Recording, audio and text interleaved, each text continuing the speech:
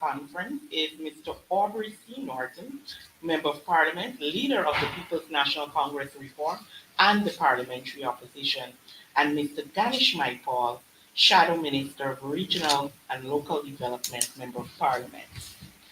Today's press statement will be read in two parts, and we will begin with the Leader of the Opposition. PPP creating another avenue for corruption.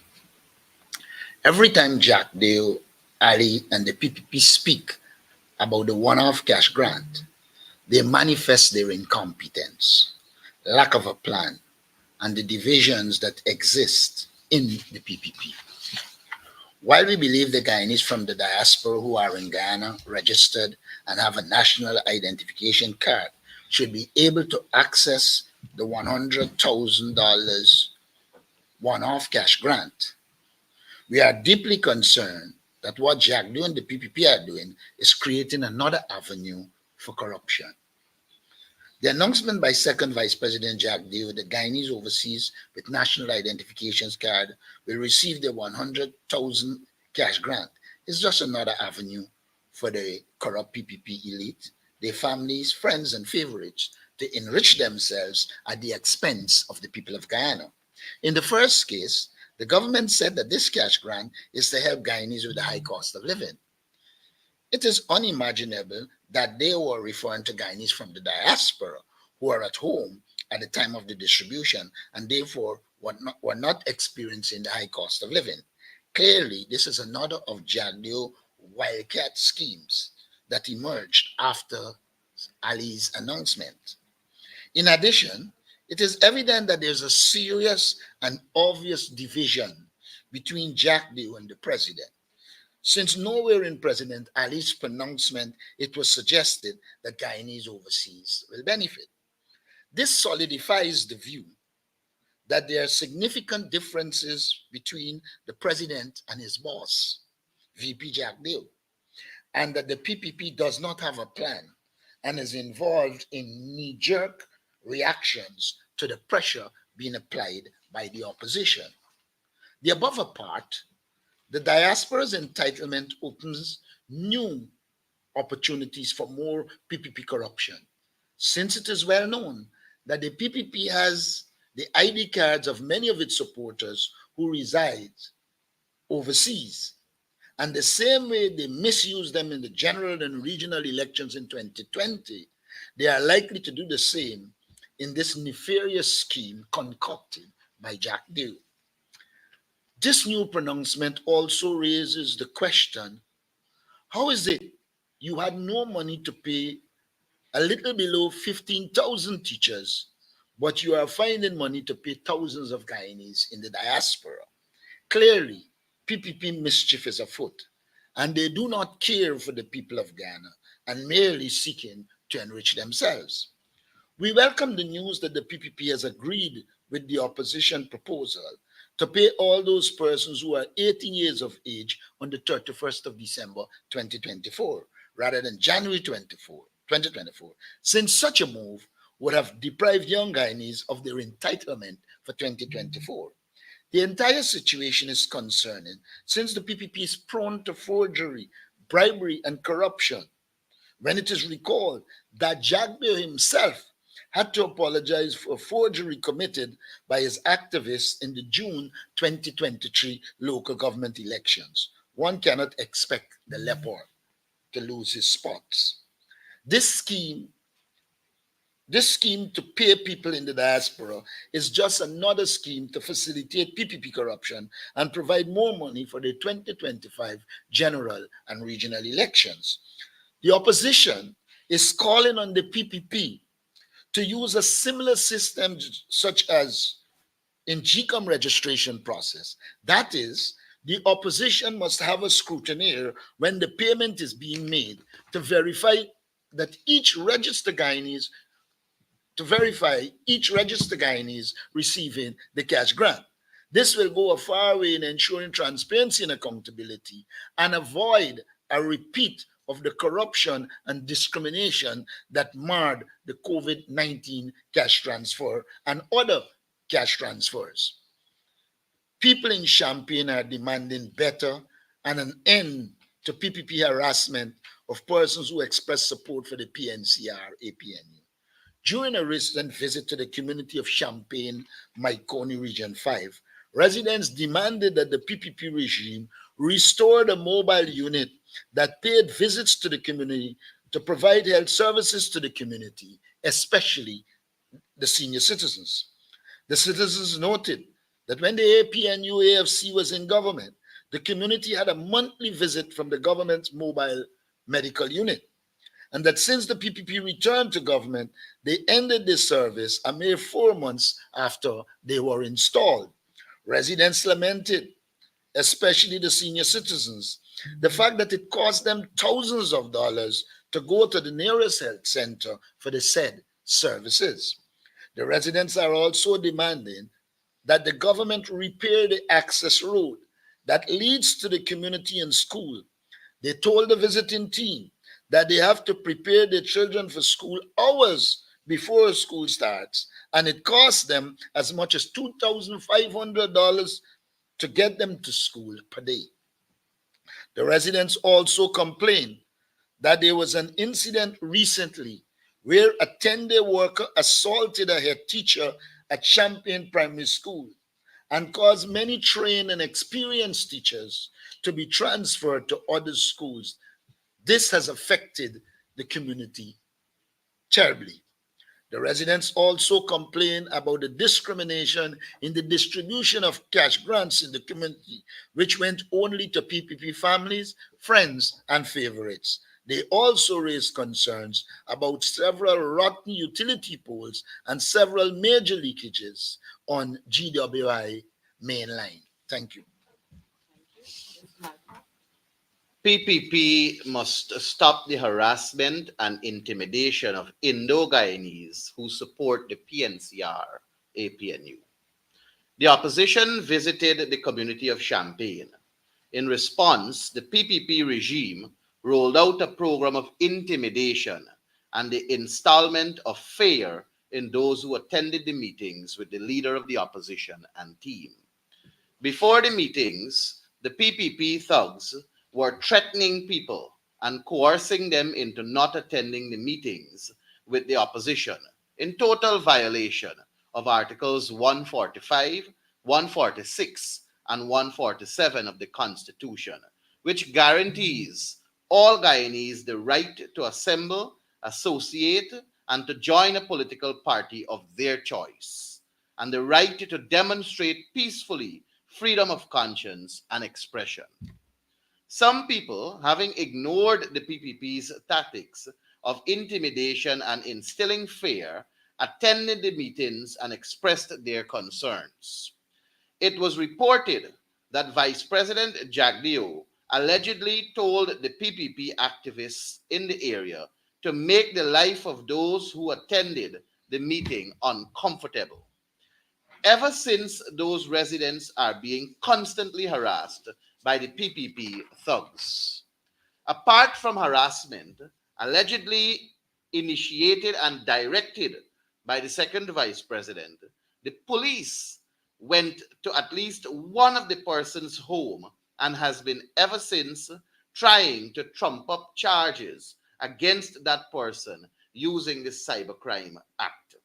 We condemn these illegal actions of the PPP and urge them to end the harassment and intimidation of persons who engage the APNU PNCR. And we express our unwavering support for these brave residents of Champaign. Most of those in the leadership of the Guyana Police Force are unfit to be members, much less leaders. The evidence is emerging that, like the PPP, the Guyana Police Force is corrupt, unprofessional, and complicit in crime and corruption, and therefore cannot morally or properly execute its mandate to ensure law and order and reduce crime in Guyana.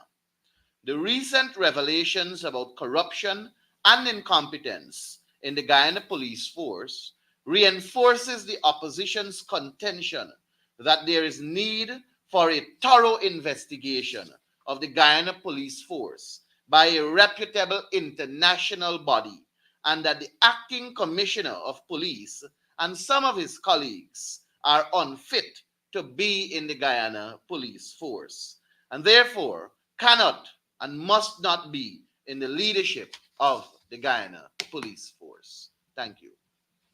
Thank you. At this time, I will take questions on the first statement, and you, of course, will state your name and your news agency.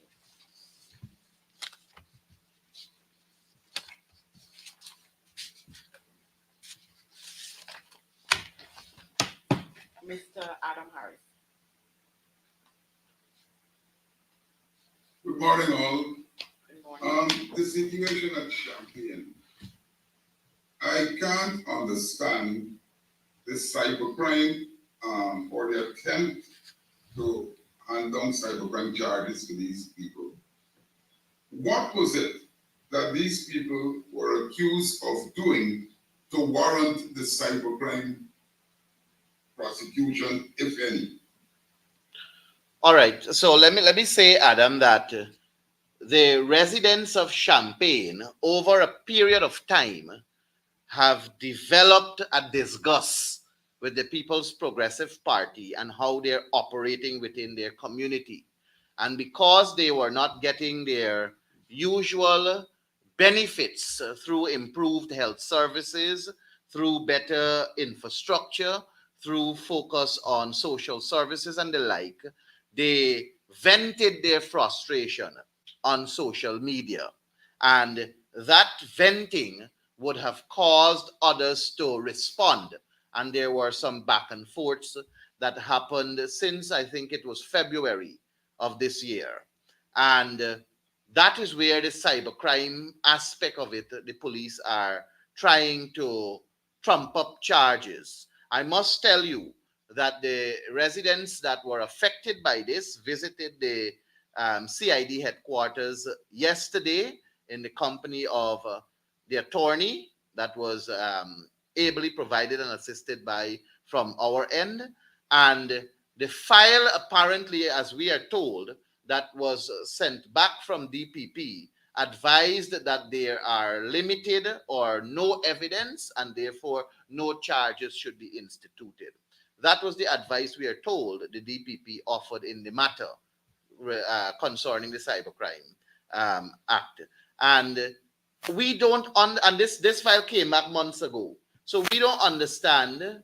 Well, we understand, but we don't have an appreciation nor an acceptance for the use of the police now because a certain political party, the People's Progressive Party, and Barrett Jagbio and the likes, seem not to be comfortable with the fact that these Indo-Guyanese people are speaking up and speaking out against the People's Progressive Party. And this intimidation is they're trying to use their old ways and means of controlling and holding in captivity the people in these rural communities that are predominantly Indian. And that is why I am very grateful and thankful for the advent of the internet access in these communities, the ability for them to see and communicate greater with us in Georgetown, and for them to be educated and for them to become informed. So reaching us happens in a matter of seconds. Taking out a video, recording and the likes, they happen very quickly and they're shared very quickly. So our country is now at a place where people in the rural communities are feeling more confident as days go by. And they are recognizing that the People's Progressive Party does not have their interest at heart. And they're prepared to stand up and to fight. And we're prepared to stand with them and fight for them. I should add as well that the police had said to them the day before yesterday when they actually went that there was no matter and that they wouldn't have to go to the station. When I heard that, I called our operatives and spoke with them saying, look, I know the PPP and the Ghana police force. They will turn up tomorrow morning. What they're trying to do is to catch you unaware. And so the next morning, when the very police returned to tell the persons that they had to go to CID, we were prepared because we are well aware of how the PPP operates, and we were able to put them on guard because we see the trend. Cybercrime Act being used not the first time, even if the matter is not cybercrime. And then they try to advise you and make you feel that you don't have to go to court or you don't have to go to CID, and then it happened. I want to give you my own experience. When I was charged, well, I don't know what they call it, a legal assembly or whatever we imagine. There was a senior police officer whose name I know, who kept saying to me every day before the matter was called, you don't have to go to court. They're not moving forward with it. But I was checking on the inside what was happening. So the morning I was in court, and I knew what they had planned. They had planned that if I don't turn up and I was lulled into a sense of complacency, they'll go before the magistrate and say, I didn't turn up, and seek a arrest warrant. So we have, because we are knowledgeable of the machinations of the People's Progressive Party, we tend to be prepared for all of these low-down tactics that have become characteristic of Jack Deo's PPP. Thank you. On the same issue of cybercrime, I'm trying to wrap my head around what is a cybercrime. If I criticize someone on a social media platform, that makes it cybercrime. Yesterday, Vice President Barra Jagdeo described Mark Benchcock as a queen in the Camp Street jail and said he was that for 3 years and people were trying to smuggle in wig and lipstick and all of that. Wouldn't that qualify them as a cybercrime? You know, Jagdeo operates above the law. So even if it qualifies as a cybercrime, nothing will happen. But I think we need to go to the core of it. I think Jagdeo is going mad. I think we need to recognize that he really does not come to press conferences with substantial issues. And when he is caught back against the wall with this Brutus scandal and all that would have occurred, what he sought to do was to shift the focus away and bring Ben Shop in as if Ben Shop is some key actor in the issue. Really and truly, it was just Barra Jagdeo trying to deflect from the corruption and illegalities that are being exposed daily. And you know, it's the second time I saw Barra Jagdeo stutter. The first time is with Sue. And the second time was yesterday when he had to talk about Brutus. And so I think everything is closing in on the People's Progressive Party. And it's probably sending Barrett mad, it's confusing him. We will just stay focused and do what we have to do. But we are well aware that their intention is to use the Cybercrime Act, even if it isn't applicable. And let me add, Adam, that you know it is very sad. It is very sad that persons within the media fraternity, they would have to sit and endure that kind of vile, abusive, notorious outbursts that comes from the person who is holding the perhaps third highest political office in this country. And it is as though he speaks with such nastiness. And it's very unfortunate that the media operatives would have to sit and endure that. And perhaps if we become more empowered as media operatives to speak out and perhaps call him out at his own press conference, walk out on him when he does these things. Because if you sit and you allow and you facilitate that level of nastiness, it is going to become a norm, and that is not what we are supposed to be. We are not supposed to, as a people, allow that kind of target, that kind of abuse, and that kind of mentality in our political realm. You know, I was asked at a school when I was present there. In fact, I wasn't asked first. It was said to me that we don't want politics here because politics is nasty. And I said to the head teacher, I said there is destructive politics and there is constructive politics. The individual has to know whether they want to engage in destructive politics or constructive politics. And my presence here, outside of being a parent, is primarily to engage in constructive building and enhancing of the environment for the benefit of my child and every other child, all the children that are present there at that school. And I had to show this teacher that if you engage in constructive politics, then you're uplifting the entire nation. And if you engage in destructive politics, then you're seeking to divide and conquer for the benefit of yourself. And that is what Barra Jagdeo is engaged in. But we must not sit and tolerate it. When we sit and tolerate the vile, abusive, notorious outbursts, and I see sometimes what he does to Kaichur news journalists, those young people who are looking for a future in journalism, who is working hard for the earned dollars. What he does to them must not be tolerated. We know here at the People's National Congress Reform and the APNU press conferences that sometimes the Guyana Chronicle and the media outlets that are closely aligned to the PPP, they come with an agenda to ask certain questions, and they try to shape and form their questions to try to paint us in a bad light. But we have never tried to treat them the way Jagdeo tries to treat, or the way Jagdeo treats the Kaichur journalists. It is unfortunate, it's uncalled for, it's nasty, it's downright nasty, and should not be tolerated. And the journalists, they need to stand up. The problem I think Jagdeo has is that he doesn't want journalists. He wants reporters. People report the positive of what he's saying and nothing else.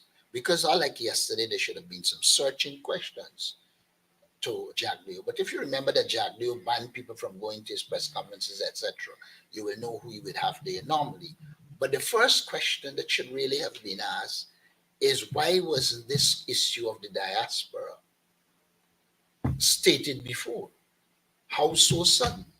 The next question that should have been asked, how is it that you didn't have money to pay the teachers, but you're suddenly finding money to pay more? And if the questions were searching, then I think you'll have a different outcome. Thank you. And you know, if you really and truly take into context what is it that Jagdeo said yesterday about Mark Benchcup and so on, it is really a violation of, it's really a human rights violation.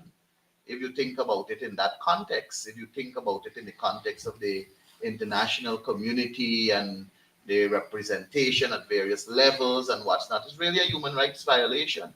So we should look at it in that context too. Jagdeo was out of order and he should be sanctioned for those kind of behavior. And not only that, one has to remember that it is the very Jagdeo that trumped up charges against Mark Benchcup and charged him for something that he didn't do. And so he should have some compunction. He should have a pricking of his conscience, knowing full well that he placed a man in prison for years who did not violate the law. And to come now and to use it for your political ends is not only disrespectful, but it speaks to the heartless nature of this creature we call Barra Jagdeo. And may I add, I mean, in a long time I have not read a book. It's not an academic book, but brings out the true nature of the PPP. And I say every time I read the hijacking of NBS, I see what a political elite can do to innocent people. I have no problem if people are facing the law for violation of the law. And if that were so, Barrett would have been charged. But I have a serious problem when you see glaringly that you are destroying people's lives by using the police and the criminal justice system to trump up charges against them so that you can get your way. That is clearly the evidence of autocracy hurtling to dictatorship. Thank you. One last thing, I see Benchcom joined us. Perhaps he would be at. But you talked about this 40-hour worker assaulting a teacher in the school. My question is, what was this worker doing in the school, first of all? And secondly, was the matter reported to the police? Did this teacher take the matter to the police? Because I know if the teacher had assaulted that worker, that teacher would have been before the court. I don't want to venture out too far. I don't know if they reported it to the police. I know the community was in uproar because they lost very good teachers, and the children in the area were doing better and getting better schools, and therefore it was a concern for them. But I cannot say if they did report it to the police. I know the Ministry of Education knew about it and tried to sweep it under the carpet. Thank you. Ms. Williams? Good morning, Trina Williams, Family Chronicle. Mr. Martin, coming back to the first part of your press statement, your criticism surrounding the diaspora being eligible for the cash grant. Do you believe that Guyanese in the diaspora shouldn't benefit from local initiatives? Since there is evidence of their support over the years to Guyana's economic advancements.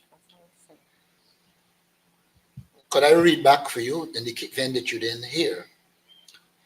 While we believe that Guyanese from the diaspora who are in Ghana, registered and have a national identification card, should be able to access the 100,000 one-off cash grant, we are deeply concerned that what Jackie and the PP are doing is creating another avenue for corruption. We are not opposed to Guyanese benefiting from anything in Guyana. Of course, we expect it to be structured, we expect it to be transparent, and there is accountability. Our concern is that the PPP doesn't do these things because they like the people of Guyana. I think Jack Dale would have gotten up, the idea comes to his head, he recognizes it has potential for corruption and for money to be made for both them and the PPP, and they throw it out. Why wasn't this issue? Why, you started by talking about households, okay?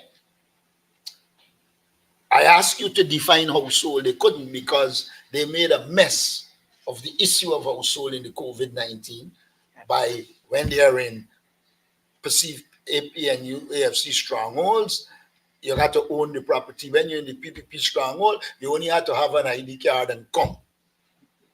So the point that is being made here is that the focus is not on helping the people of Ghana in a structured way.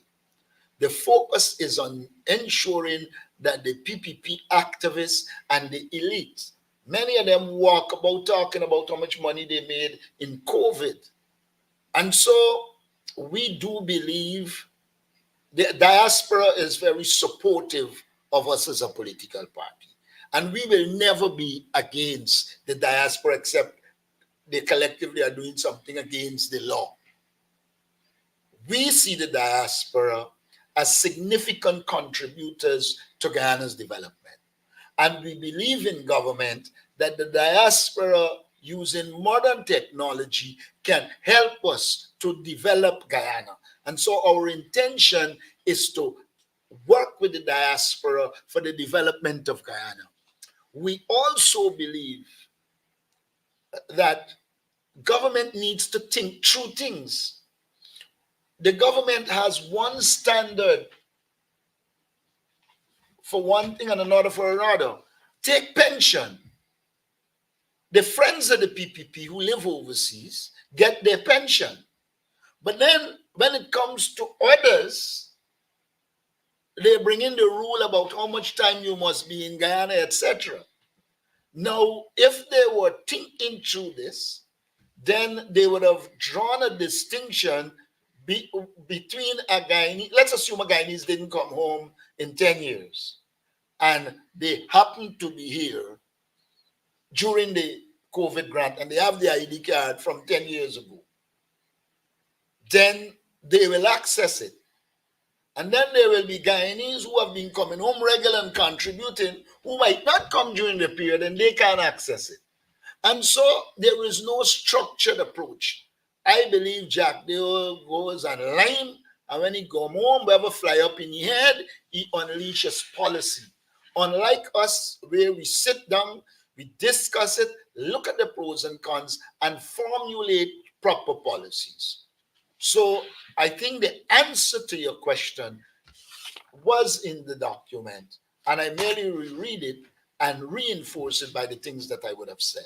And let me add to that too, for the sake of reinforcement. Outside of the fact that the leader read the second paragraph of his statement, the last paragraph of what the leader spoke on or read to us, I will read it back for reiteration purposes and reinforcement. The opposition is also calling on the PPP to use a similar system, such as in GCOM registration process. That is, the opposition must have a scrutineer when the payment is being made to verify each registered Guyanese receiving the cash grant. This will go a far way in ensuring transparency and accountability and avoid a repeat of the corruption and discrimination that marred the COVID-19 cash transfer. To put that into context for greater simplicity's sake, we are not, as the leader said, opposed to the diaspora receiving their cash grant. What we want is to ensure that they do receive the cash grant in a transparent and accountable way, that you don't just say it like how Jagdio said, but then you hear complaints like what we got in the COVID-19 about people who are still holding their pink slips. Next thing you never know, the diaspora might got a green slip. We don't want that. Thank you. Okay, I follow up there on what the leader had mentioned earlier about the high cost of living and that those from the diaspora don't experience it the same as those back home. My question is, the opposition has been of the view that the inflation rate is out of control. However, the cost of electricity, water, fuel, and other necessities have been stable because of government intervention. My question is, what yardstick is the opposition using to determine the rate of inflation? And quick follow-up here on the proposals that the opposition has made, if they're to be elected. I would like to know if there was any feasibility study conducted before the release of these proposals. Now, let me start by saying this.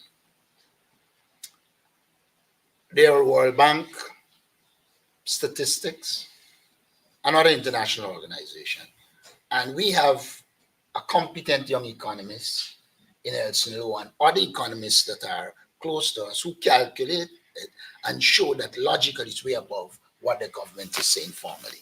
That's the first thing. The second thing, let's talk about feasibility studies. Barra Jackdale would have said, all we do is feasibility test and no to feasibility studies. Now, we have done the calculations on all our proposals, and they are clearly feasible. But if you're talking about feasibility vis-a-vis projects, until you are actually unleashing those projects or rolling them out, you will not be able to do. As I understand it, When we were in government under Patterson, feasibility study was done on the gas to energy project. But when Barajak they changed it, they did no feasibility studies. We are inclined and will do feasibility studies on all major projects.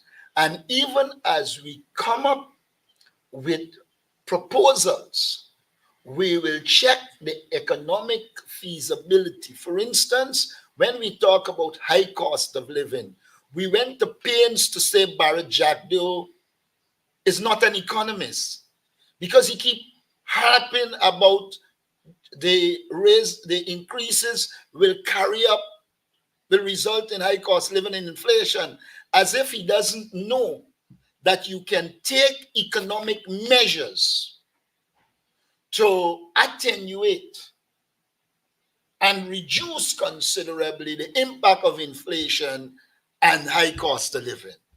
Those are existing tools that can be used. For instance, I've said continuously, a lot of some of the high cost of living you get in Guyana is for local products.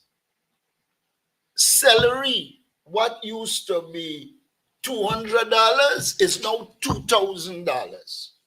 Basic economics will tell you that if you increase agricultural output across the country, you increase productivity, then the resources you put in the economy will be absorbed by the increased production, stabilizing prices, etc. Now, those things are simple and straightforward. But when Barra Jagdeo comes to a press conference, he doesn't come to discuss economic issues. He come to cause lift up, ifrak, and abuse. And that's where the problem lies. One would expect that one who purports to be an economic czar will engage in serious conversations at press conferences on economic viability and the various issues that are involved in decision making. He has none of that. He gone to talk about Mark Ben Shop and prison. I mean, it is ridiculous. We need a feasibility study or a mental test to see if he's all right, because something gone wrong. I cannot understand you're a vice president with a lot of data at your disposal. He will have more data than us. Of course, lion men don't like data because data don't lie like that. But he should be coming with proper proposals. How is it that you have a government in which Air Finale announces $200,000 cash grant? They're asked the simple questions I ask about household, etc. And we said it might be better to give households. We pointed out the problems in COVID with the cash grant based on households. They didn't even work that out. And then you come just after Barajak, you say it will be paid instantaneously, to use the president's words. And the instant he was off the podium, here is Jagdo saying in no less than 5 months. Again, you see who don't do studies, who is a joker or who are jokers. And then you come now with 100,000 and you're not giving us the census so we can know what is happening. And therefore, even that is prone, because they had to choose a figure to determine how much money it is. When we look at the figures, it looked as if they used 300 households, 300,000 households. But with a declining population and the last census showing only about 250 households, you have to ask the question, how did these people arrive at an average of 300 households? So the government needs to be asked these hard questions. And Chronicle needs to be publishing this information so that people can do assessment for themselves. Thank you. Okay, there, and I know that you just mentioned there that you have your team of economists such as Mr. Elson Lowe. So you don't have an independent body to conduct this analysis, the analysis that the opposition is doing. I don't understand the question, but we are right. Okay, let me rephrase it. No, properly. let me finish. You ask a question, let me finish. We have at our disposal many economists. We will have proposals, and then those proposals will go to different economists, and they will give their views, supported by whatever data they have. And then we will relook it. Most of them are not party people. So if you're talking about independence, yes, they are independent because they are not party people. Yeah, and experts in their field. Experts in their field. Look at our 20-point proposal for oil and gas. We have engaged experts. We have discussed it to and fro, made changes, and arrived at a document that had the input of independent experts. We believe in professional knowledge. We don't believe we should wake up today and say, oh, we want a fiber optic cable, and you put money and bill one and put it down in the ground, and then it does nothing. We don't believe, like the PPP and Jack deal, that you just stay and say, scale down sugar factory. We can do so much with sugar, blah, blah, blah, blah, and then, it ends up being a white elephant and a waste of money. We rely on expert knowledge, both in the party and persons independent of the party. And not only in the economic realm, we're doing so in all the realms to arrive at the positions we need to arrive at. If you're looking for names, Trina, that we cannot give you because of how people can be easily targeted in this country, and the PPP is known for that. So we're not going to give names. Thank you, Mr. Okay, and my One final second. question, which is a follow-up to what the leader was just talking about with the independent experts. You mentioned earlier that according to World Bank statistics that you're getting your information from. I didn't say that. My dear, please quote me correctly. You asked, and I said you can access World Bank information. I never said international organization. And international. I never said what you just said. Okay. However, the opposition has been of the view that inflation is out of control. The World Bank and these other organizations have reported positive about Guyana. Do you believe that your independent experts are misleading you on this? No. I want to ask you a question. Tell me if your Bora costs 20 times more Plantain, right? than wait a minute, the Bora that you purchase in Border Market. Honestly say, if the increase is not more than 100% in the last year, the rice that you buy, tell me if the reality out there is that it is less than 100% increase.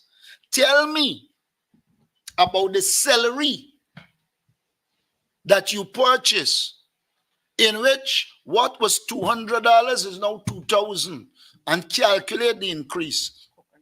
While we depend on experts and we read the World Bank reports, we live in the real world. The World Bank and IDB and them will have their own approaches. But I have to deal with the average Guyanese who is facing the reality of high cost of living. And so our party relies on the reality. Theory is supposed to reflect reality. And if the reality shows something different to the theory, it is not the reality that is questionable. It is the theory that is questionable. And there are different theoretical approaches you can use to arrive at the cost of living and inflation. But there is only one avenue you could use to arrive at reality, is to go right there to the ground, see it, and reflect it. What we do is reflect the reality on the ground. And the reality on the ground is that, yes, there is increased GDP, yes, increased resources, but the reality is the resources aren't meeting the people.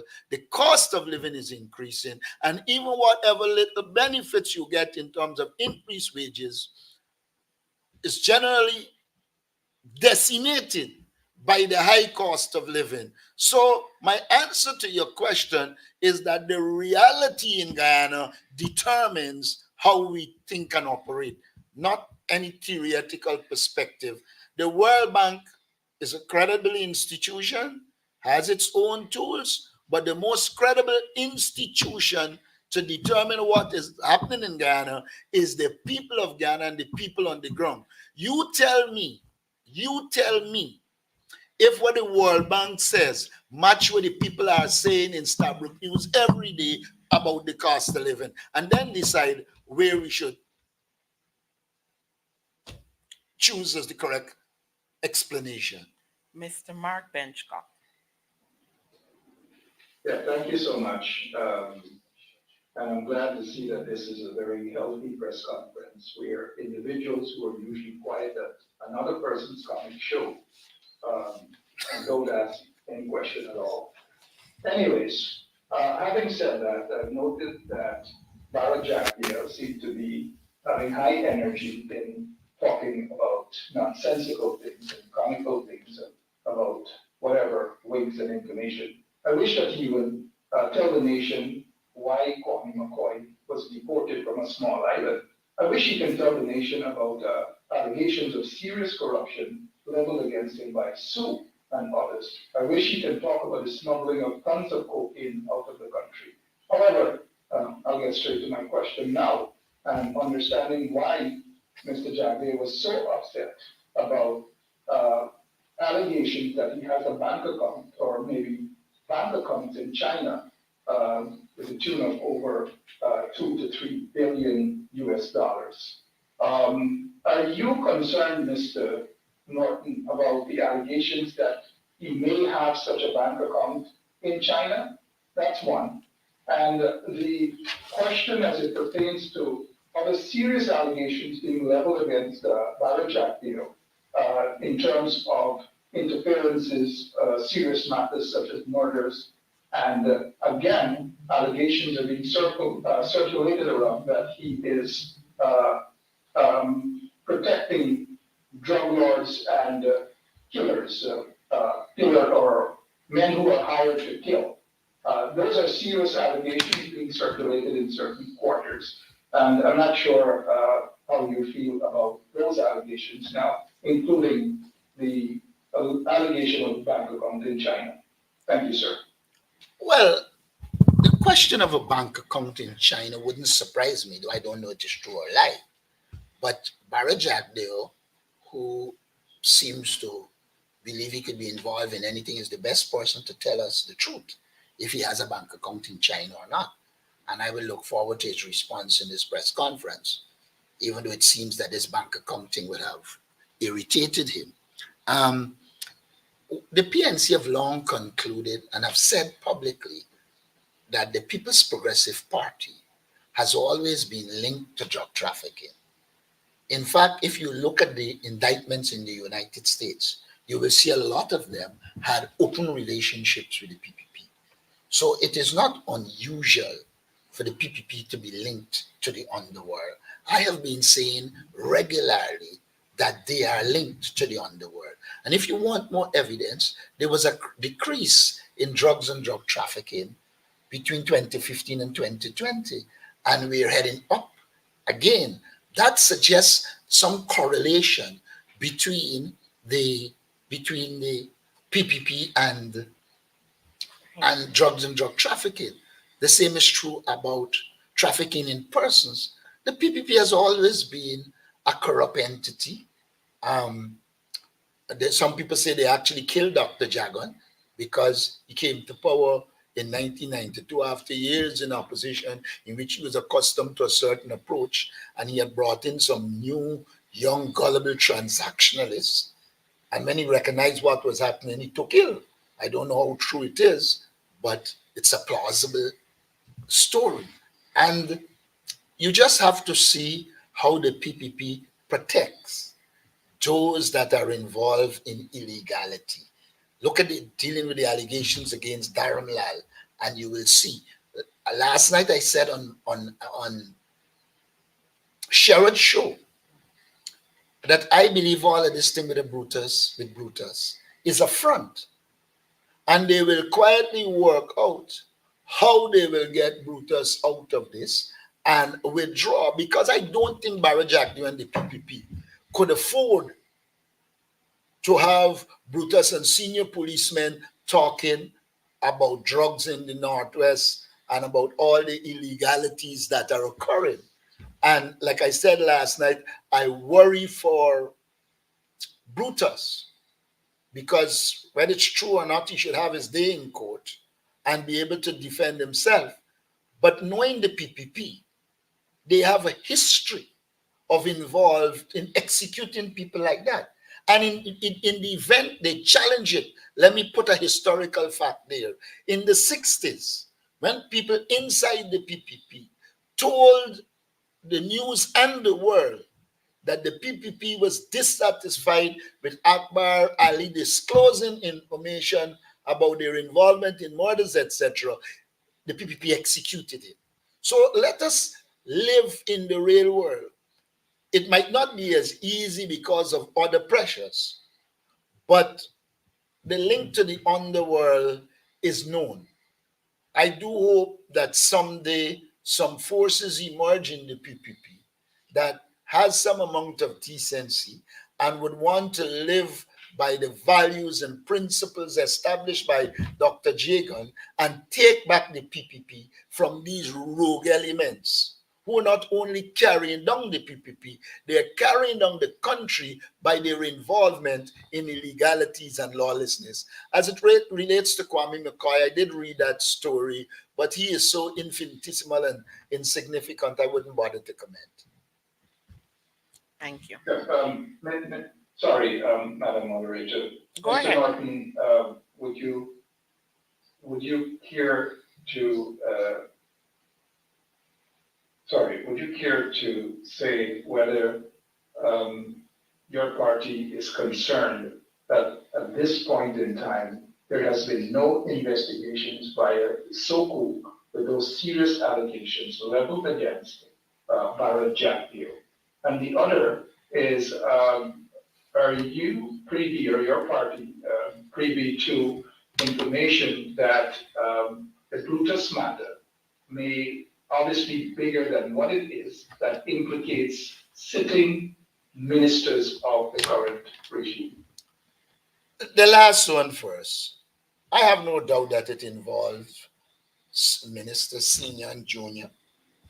I have no doubt that it involves top ranks in the Ghana police force. That seems very obvious. And that is why I said his life is probably in danger. As it relates to Suku, I don't want Suku to investigate nothing. It's like charging Caesar to be tried by Caesar. Like I've said, you need an independent, professional, international body to investigate these allegations. You cannot charge Caesar to be tried by Caesar. I'm dead sure if tomorrow morning Barra Jagdew gets up and says, oh, there's nothing against Brutus, the DPP can withdraw the charges because she, like the others, are pawns. And so I do not look forward to anything of Suku. To me has become an institution to persecute and prosecute people who the PPP do not agree with, who the PPP does not agree with.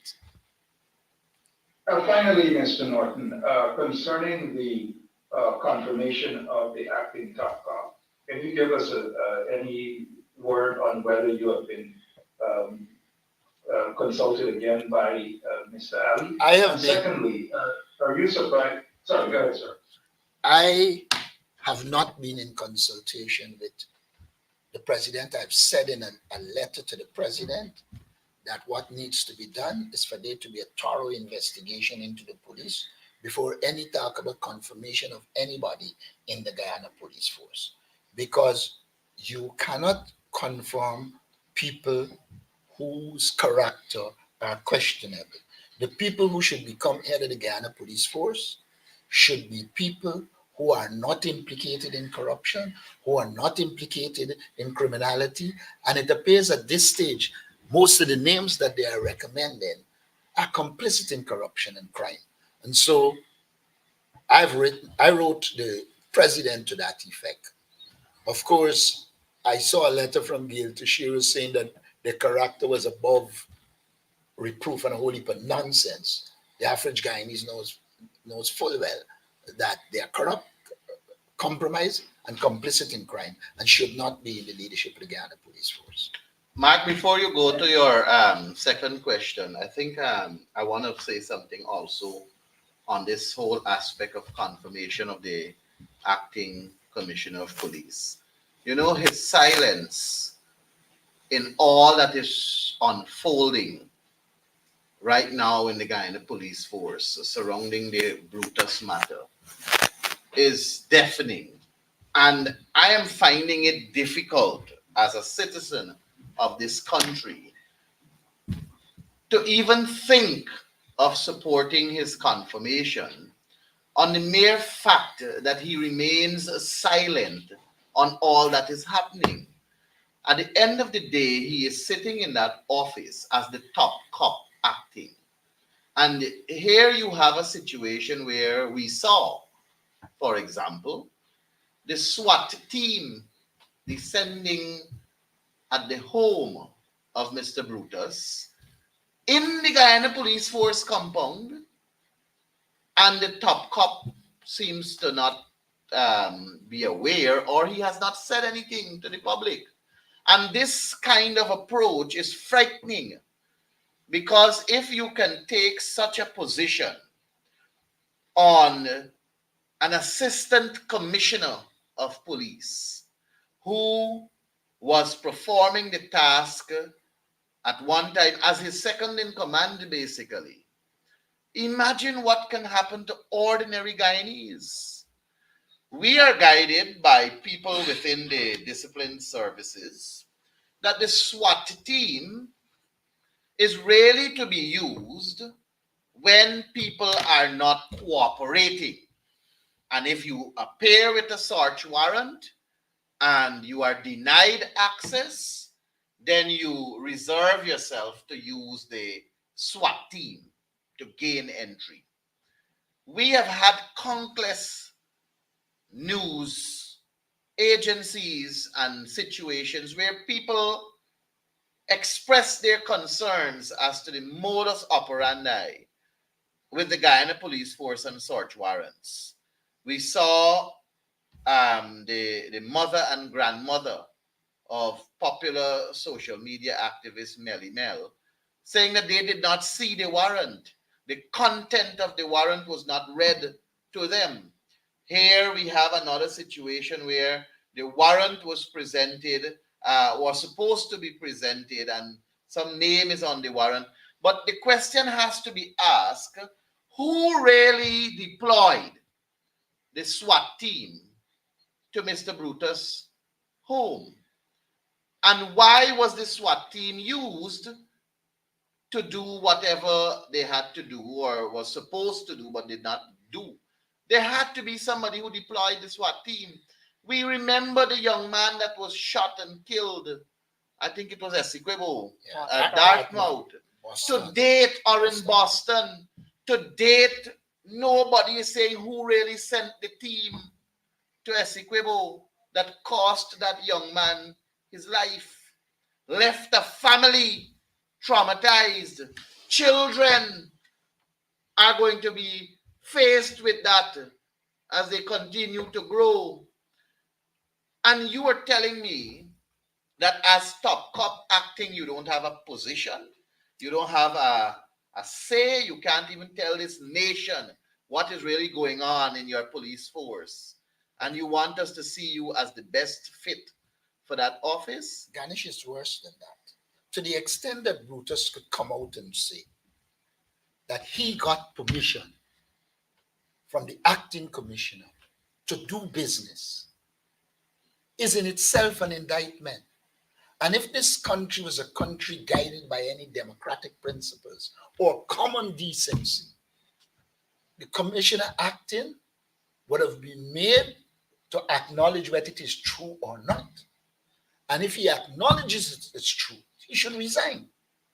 But in this harum scarum thing we got here, a senior policeman comes out and say, I did nothing wrong. I got the permission from the commissioner. And the commissioner has to stay silent until Jagdeo and the PPP says to him, talk. That is a sad situation. And, you know, I keep saying, if the ministers and senior government officials allow an audit of their resources against their wealth, against their salaries, you will see what will happen. It might appear unique that Brutus doesn't spend his salary, but there are ministers, I'm told, who are in the same position because the kickback is far more than their salary, and they don't need to touch their salaries. Of course, they can learn from the Brutus situation and want to cut a little 20 and 30 here so that they get catching the way he got caught. So you are looking at a society that is in crisis, political crisis, economic crisis, social crisis. And the people running it trying their best to get out of the crisis. But every time they try to get out of a crisis, they produce more crisis because of the nature of the regime. So what we need to know, Mark, and the rest of the media and viewers, we need to know how many other police officers were granted permission to go into the field of earning elsewhere. Because we are seeing here on the ground, people who are on the ground, they're seeing police officers with living in large homes, well grilled and so on, expensive vehicles and the likes, and nothing is wrong with people doing that or purchasing or elevating themselves. But of course, it must come through honest earning. So the question now, how many officers of the Guyana Police Force were given the permission from the acting top cop to go into the field of extra earning? And is he involved, the top cop, is he involved in earning outside of his salary at the Guyana Police Force? There's so many questions that have now been unearthed due to what Brutus said in that short interview. But again, the silence of the top cop is worrying and deafening. And just as much as we are awaiting the answer as to who caused or who gave the instructions for the police to go down to Essequibo at Dartmouth and cost the life of that young man, we want to know who really gave the instruction to send SWAT at the home of Brutus. Thank you. Am I allowed any further questions since a lot of time, if I'm allowed? I'll give you the one other question as we wrap up, because I know you wanted to ask something.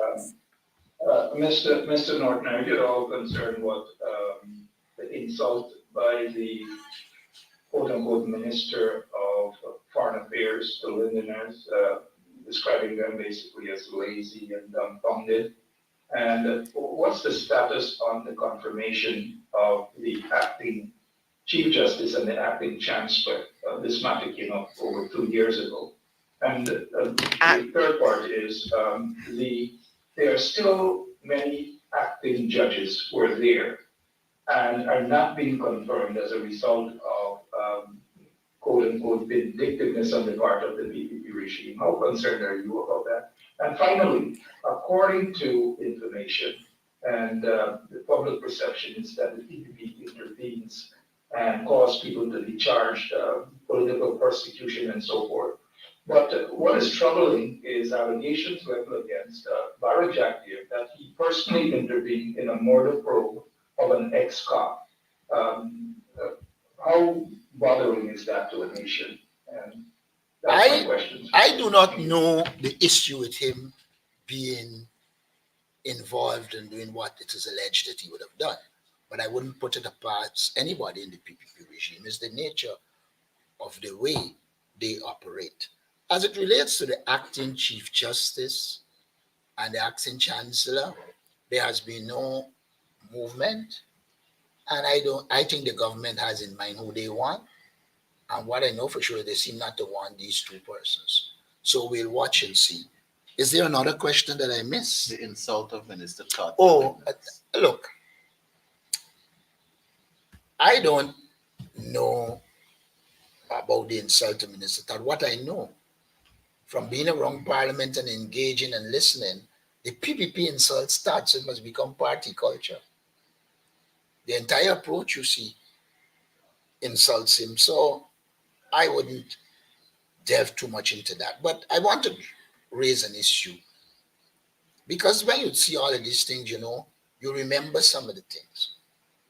We had a helicopter that crashed. Mhm. This helicopter is a Bell helicopter, has been built to specification. I was doing some research, and in researching, I recognize that the black box they're talking about is made to take off far more pressure than would have occurred there. And that secondly, it is generally placed at the tail of the helicopter. So if it crashes in front of it, but let's assume it is damaged in the way they claim it is damaged.